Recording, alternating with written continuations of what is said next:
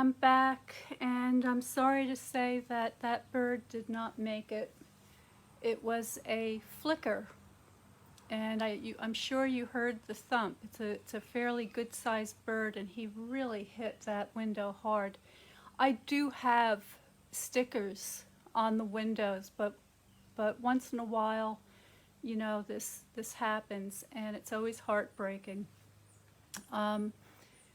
Maybe what I'll try to do is do a watercolor painting of them on Wednesday, for Watercolor Wednesday at 12 noon. And we'll see if we can at least immortalize them. So anyway, let's get back to the unboxing and making of the card. So I'm going to take the, let's pick a sentiment. Set sail in the direction of your dreams. And that would be this one, I think. Let's see. Yeah, okay.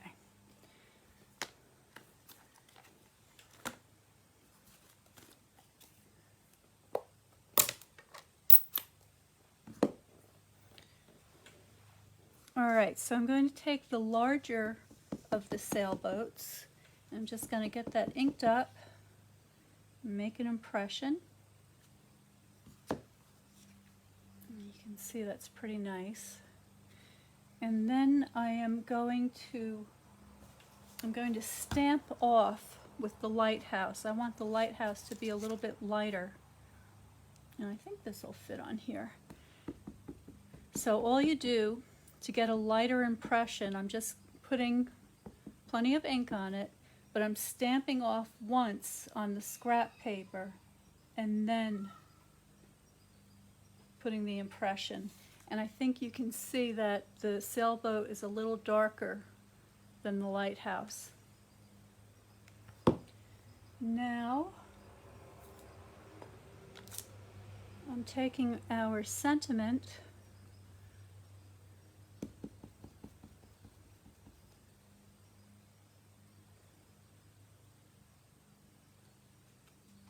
Okay, so there are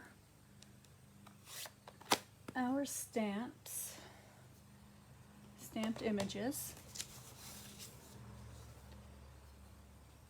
And we don't need any of this. I'll get this stuff out of the way.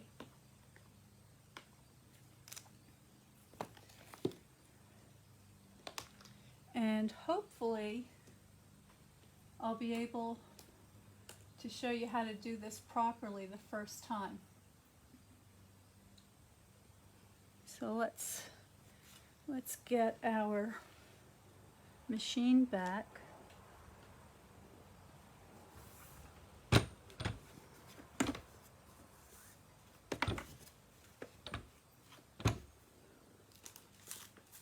And the plates. So number 1, using with thin dies. Number 2, a cutting plate. I really hope I'm doing this correctly. Now I'm just getting my dies lined up. I'm going to stand up to do this so I can see what I'm doing. It's a little tricky with the camera in the way.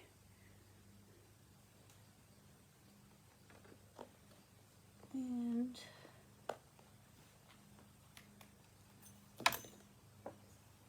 oh, is this going to make it? Just makes it, barely. Might be a little bit off, but close enough for our demonstration. Wow, that was a close call there. I maybe just a little tiny bit off. And the sailboat.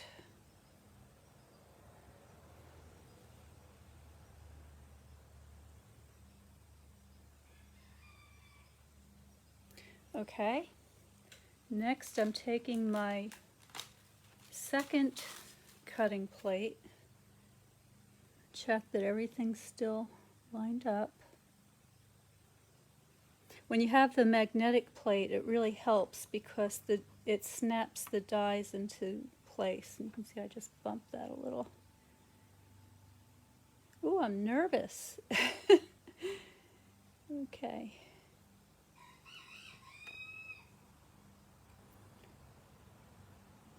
All right, let's see how we do. Oh, it goes through so easy.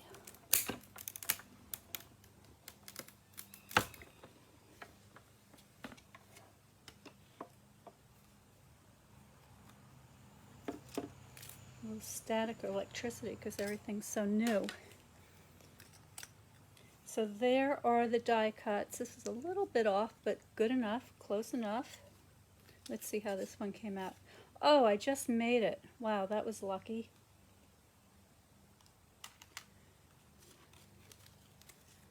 And the sailboat, and that's pretty cool the way it takes out the space in between the line and the sail. All right, and so when you have a die like this and there's a little piece that's still in there, you just take your piercing tool and poke that right out. Okay. Now you'll notice on your plates that it leaves a little mark. That's what it's supposed to do. That just happens. These plates will last you a very long time, even long after you can't see through them anymore. And if should you ever desire to have a new plate, you can always get a replacement.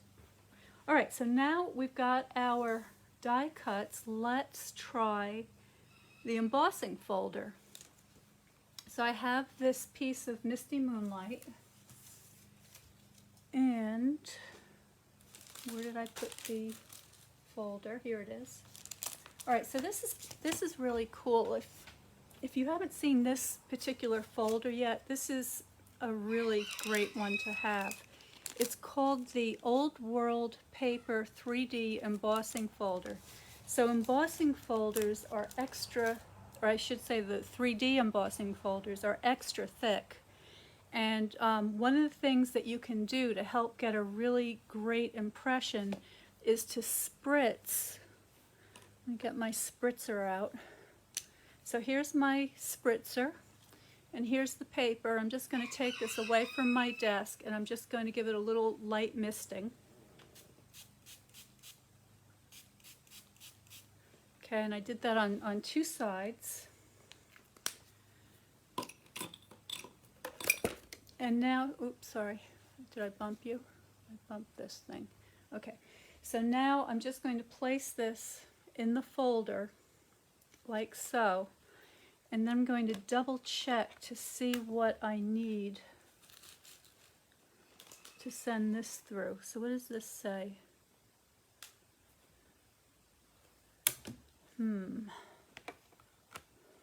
I have to go back to the instructions for just a minute and check something. So the specialty plate number 4. I'm not sure. It doesn't say, but I'm just gonna, let me just see how it feels. Oh wait, here's instructions. Here you go. They've thought of everything. So here is the sandwich for the standard embossing folder. This is the 3D one that I'm using, and you can see you just use 2. You use the first base plate, number 1, and the specialty plate, number 4. So that's very easy to understand. So here's number 1. Let me get this back in the camera for you. So number 1, like so. I am removing number 2 and the cutting plates number 3. I'm going to put my embossing folder in there, and you always do this so that the folded part, the hinged part, goes in first under the roller. That's very important. And now I'm adding plate number 4, and let's see what happens. perfect. So smooth. I think what's happening is that this handle is a little bit longer, so you get more leverage, and it really makes for a very good action on the machine. Makes it much easier.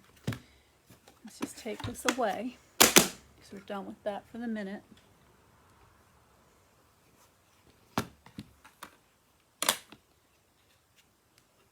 Look at that.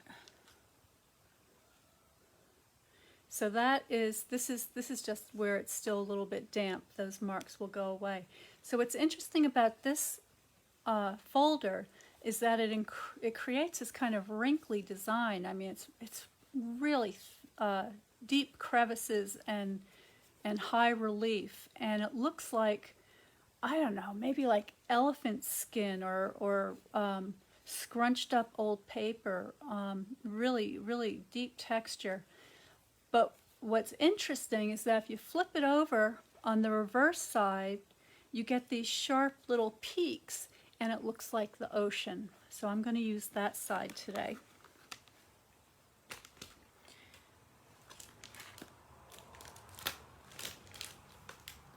All right, so let me gather my pieces. So here's my card, and I did not pre-design this, so we're going to see how it comes out.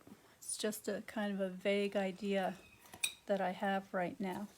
So I'm using the liquid glue, which is what I like to use when I'm gluing these very textured pieces, because the glue gets down into those crevices and makes for good adhesion. So I'm just going to adhere that to the surface of the card.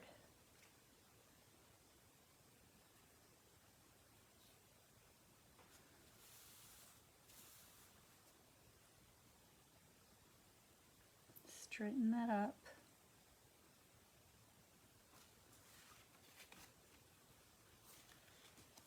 I don't know if you can see that, but it really looks like water.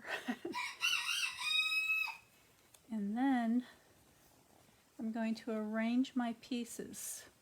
So I'm going to put the lighthouse towards the back. I'm going to have my sailboat coming along. Maybe we'll put this up on top. All right, I think what I want to do, I'm going to grab my Misty Moonlight again. Actually, I'm going to use this sponge. So this is a quarter of a sponge. I just cut it into quarters, and then I stapled a piece of the Misty Moonlight paper so I would know that this was the sponge to use with this color ink. And I'm just going to pat that in my ink pad, and I'm going to go around the edges. And this way, if you don't get a perfect die cut, if it's not perfectly centered, no one will ever know. It just makes everything better. See that?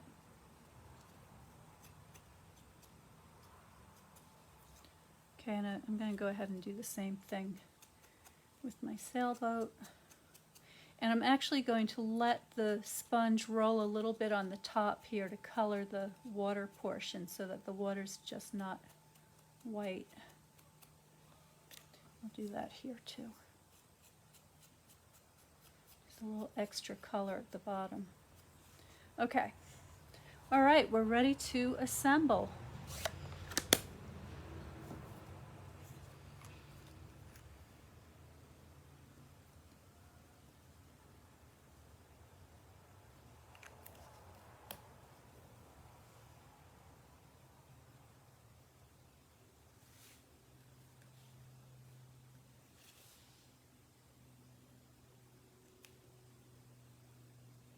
Just going to make sure that that's straight and hold it in place for just a minute.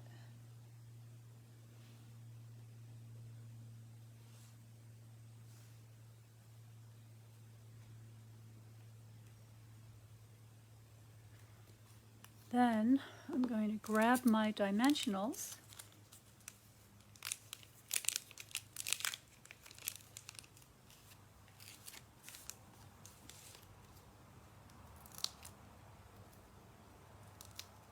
These are just little spongy hexagons that you stick onto your pieces and peel off the back, and it raises them up from the surface to give your card a little more dimension. And they can be very effective when you're doing a design that involves sort of spatial distance. So let's just get this on there straight. And I think I'm going to use the dimensionals for the sailboat too.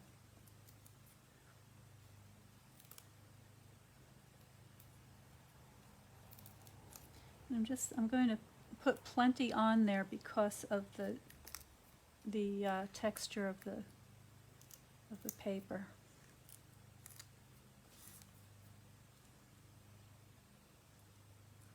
Right, I'm going to bring this down. I'm going to let this overlap the bottom of the lighthouse a little bit.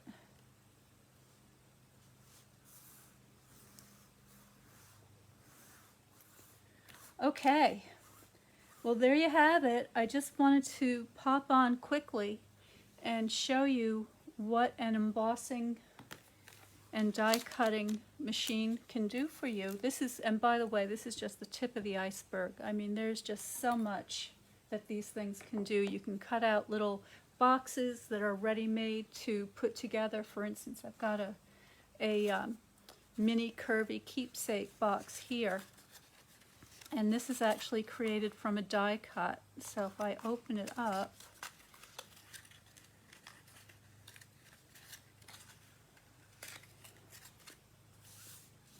the die itself is this kind of a shape, okay? And you just curl the edges around, and then you put the two little handles together like that, and then this slot fits right over the handles and goes into a little notch, and that keeps it securely closed. This is one of my favorite dies. I really recommend that you get this in time for Christmas, and the reason why is this, okay? These Ferrara Rochers fit perfectly in there, and they are my absolute favorite. So I think with a little imagination you can see what this might look like in decorative paper and with ribbon and embellishments, and you know, really go to town for a sparkly effect. So thank you very much for joining me. There's our card. You can see that wonderful texture. And this really adds a fantastic element to your paper crafting. And now that I have my new machine, I'm going to be doing a lot more of the die cutting and the embossing, so that you can see what's possible. So I'll see you next time. See you on Watercolor Wednesday at 12 noon, and I will show you how to do a nature study of a bird, and we will send our little friend out with the respect that he deserves. Okay, see you next time.